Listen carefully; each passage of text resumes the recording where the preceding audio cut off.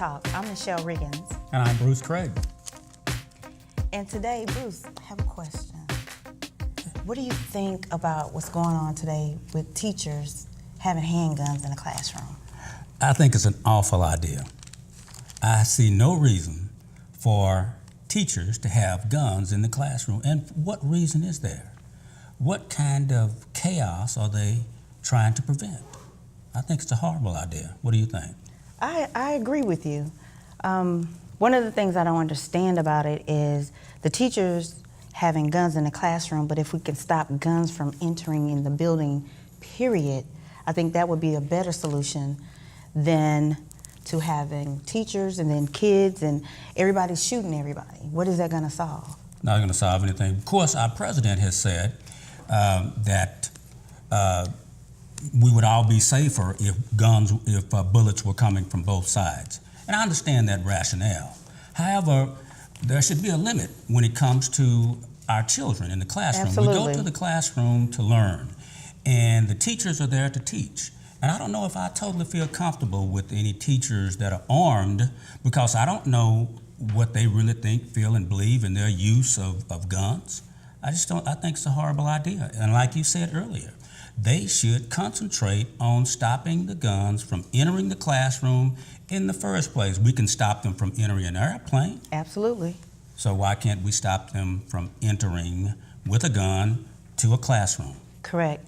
And the strange thing is, in a lot of the urban school districts, they actually have metal detectors, but not all schools have that. So what do you feel about certain schools, certain areas required to have metal detectors, security officers, and so forth, but other ones are not? That's horrible. I believe that most likely in the urban school districts, you will find that there's a lot of consideration about guns entering the classroom. Understandably so. But it hasn't been that case in the suburban school districts. Correct. Okay, so I think that it would be prudent if we provided the same type of protection with metal detectors that we do in the urban school districts. Right. Okay, that makes sense. And before we go on to our first guest, a lot of people have mentioned about using National Guards or retired military people to come in and be the security officers for a lot of these schools. Do you agree with that? Do you think that's going to help? I think it would help give them jobs, but will that really help? Well, there are a lot of schools in the urban school district that employ off-duty police officers, or some of the school districts have their own police departments. I think that's enough. I don't think that we should panic because of this increase in gun violence at schools. I just think that we should utilize common sense. Absolutely. And not make the kids feel panicked like they're in some type of war zone. Exactly, because there's enough bullying as it is with words and fist and isolation. So why add guns to the equation? Yes, guns, I think it would lessen their ability to learn. Knowing Absolutely. that a teacher is up there with a pistol, an armed pistol, some type of weapon, I think that it would cause some type of underlying fear that would limit their ability to learn. Absolutely, because in this day and age, I mean, a cell phone can be considered a weapon, a pack of Skittles. So what makes a student feel safe going into a classroom not knowing that their teacher possibly, hostile or creating a hostile situation that they automatically don't like a student or a select group of students or whatever the case may be, and putting them more in jeopardy. And then you have the kids that are going to start sneaking more guns into the school because they're scared of not only their teachers but their classmates too. And I think you're absolutely right. I think that also the students, based on this most recent shooting in Parkland, in Florida, I think the students are raising up and raising their voices. Which is the awesome. The issue is having these assault rifles, the ability to purchase and own assault rifles. That is the problem. Right. They have the ability to shoot and kill several people at one time. There's no need to have that type of weapon in your possession.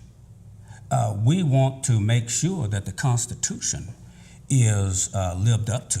We want to see that everybody has the right to own a gun, but there should be a limit on the types of guns that they own. Absolutely. Because all of these shootings that have taken place in schools have been done with assault rifles, and there's no real reason to have those. Correct, and I totally agree. If you're not on a battlefield, what would be the purpose of you having an assault weapon? But today we have a special guest that's going to kind of bring some light into what it's like to actually be in the military and be in the armed forces. And we will get to her as soon as we come back from our commercial break. Welcome back to Let's Talk. We have been joined here on the set by two very interesting ladies and one very interesting puppy dog. Now, you know, in the last few years, veterans have been talked about for various reasons. Veterans' health, PTSD, and there's been a new focus in America on making sure that the veterans are treated right when they come back home. We are joined today by veteran Carisha Smith and her personal journalist, Kayla Daly.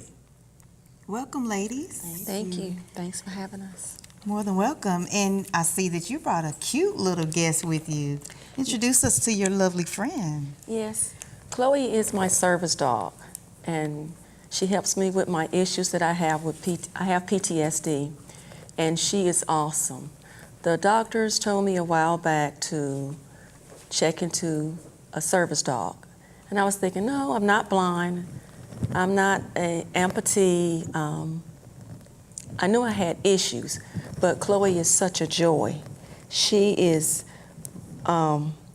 such a blessing to me. I mean, she leaves me speechless a lot of times, but she just keeps me in awe.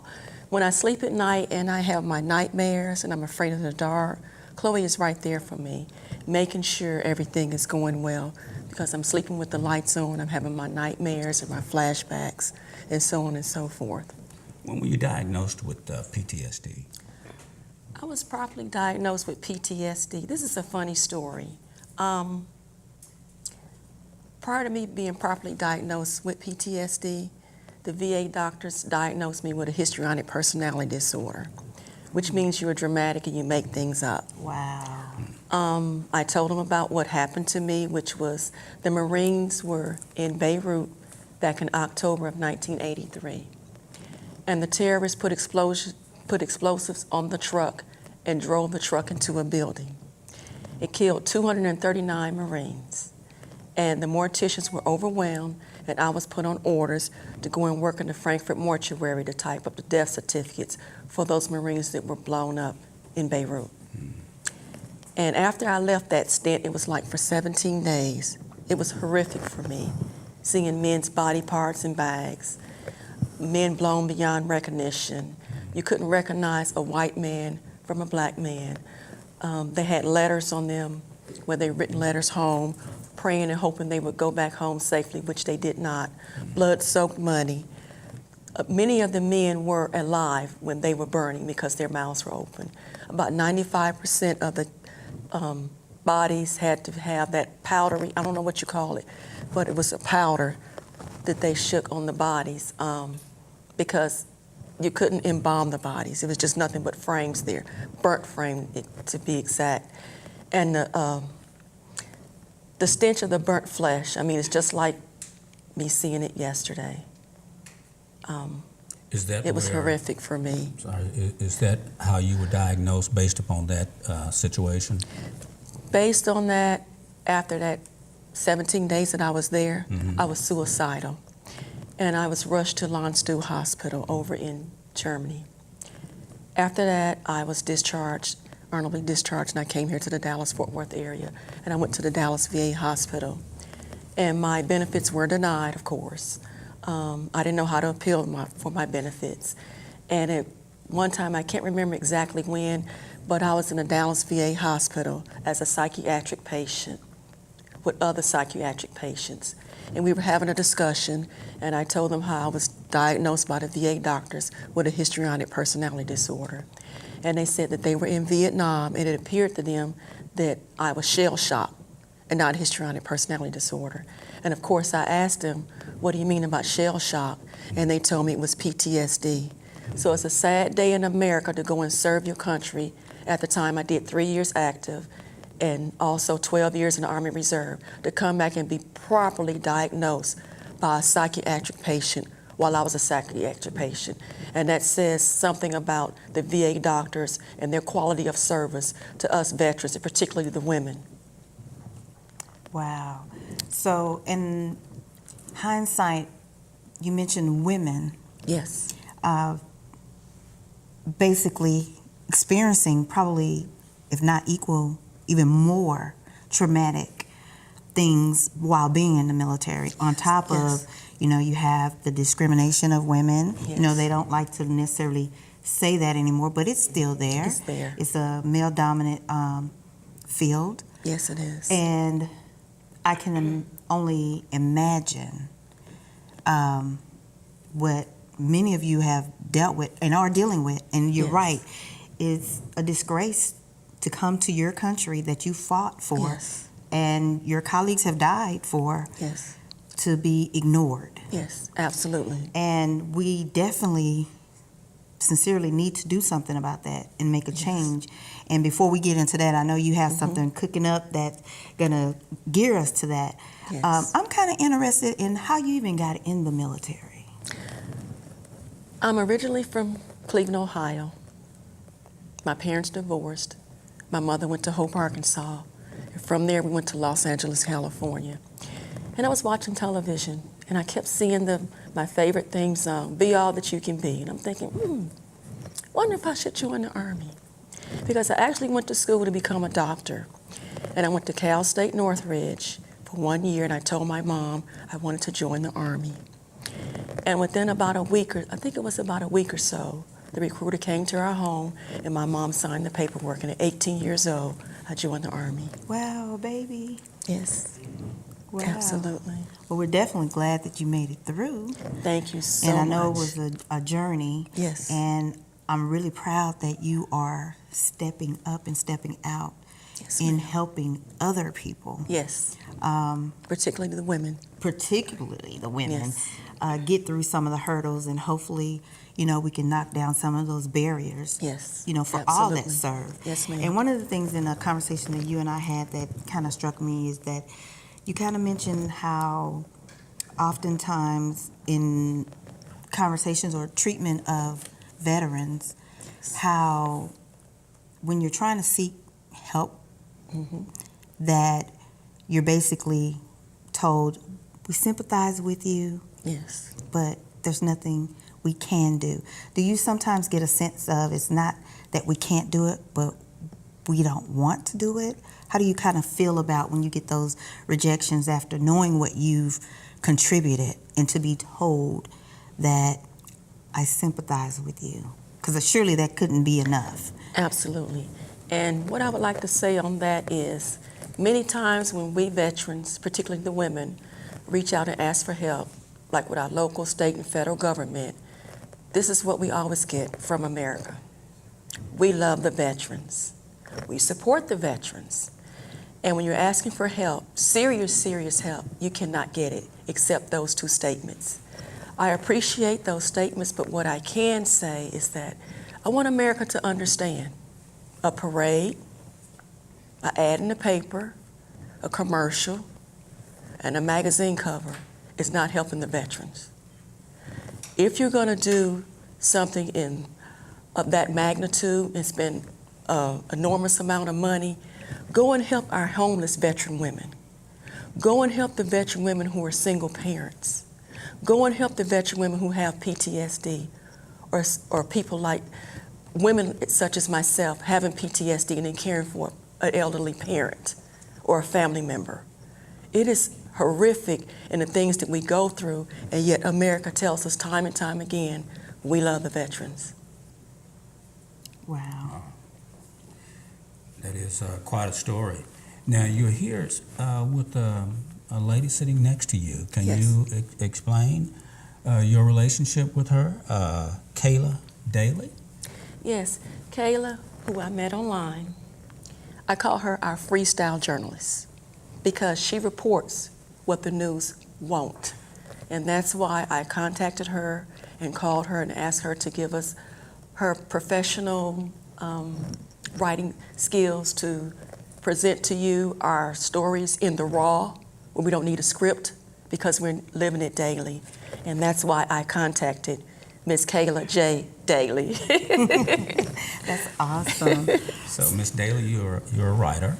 Yes. And what type of things have you been writing about regarding Miss Smith? Well, it started with her father. She contacted me. I answered a message that she had left for me, and her story was very touching. She was really emotional. She had lost her father, and then she had some other issues going on, but mainly it was her father that had passed away wrongfully, I'll say. And I went and met her mother. She's awesome. She was taking care of two elderly parents when this happened to her father. And so I actually spent a lot of time with her and her mother, getting to know them, hearing some issues. We would meet every day. I would be at their house. So basically, for me, I was like an archaeologist on a find, because you can't get a full picture of or insight without actually living through it with them. Now, of course, I can't feel the raw emotion like she does, Right. but I got a sense of her dad. And we actually went to the hospital and took some trips around, to give me a view of things. So I felt like that I was right there in the trenches with her. So that was really insightful for me to write about that, and to do these other projects with her, So it's been a great ride. Okay. Well, tell us about your organization that you're putting together, or that you've organized thus far, that's going to kind of help other women that are in your situation kind of get the information that they need. When I came back to America, I realized that there's a topic that no one really speaks about, especially with serving in the military. And again, I can't say it enough, it's women.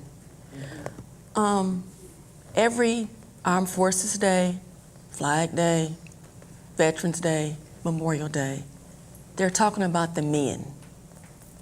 Don't get me wrong, I love the men, I appreciate the men, I thank you for your service and sacrifice, but she served too. And that's why I decided to form an organization called Association of Veteran Women, Inc. And this will give a voice to the active duty military women, veteran women, and disabled veteran women. And it will also give a voice to the women who are in the support roles, meaning the wives, girlfriends, sisters, daughters, and mothers that live with veterans. And it's my desire to be the Oprah Winfrey of the Veteran Women Organization, because you rarely hear topics where you speak about on a regular basis of what our plight is in serving our country and being women. The actual picture that I would actually see is serving as a woman is having a rifle in one hand and a baby in the other with your combat boots on, because we're always combat ready. Wow. Okay. Also, as a branch off from that, I also formed Veteran Women Formation, and this would be our podcast where we'd be able to speak about various topics from A to Z of the issues that we women go through when we serve our country, and whether we're abroad or at home. This would give us a chance to speak out, to let America know how we're actually feeling, because we don't need the men to speak for us. We can speak for ourselves. So you think that the women's service is basically being overlooked? Absolutely. Okay. Every day, every second of every day. I speak to so many women who tell me, Carisha, this is what we need. I even speak to the men who actually serve. They said, I'm going to send my wife to you. I'm getting on her nerves. I have PTSD, and she'll tell you. Or I'll meet a couple where both of them have been in the military. And he still says, I'm going to send my wife to you because I'm having issues. Also, they're talking about the little girls, because our little girls grow up and their dad may have lost their leg or both legs or limbs, and they want to understand, why did my dad lose his leg?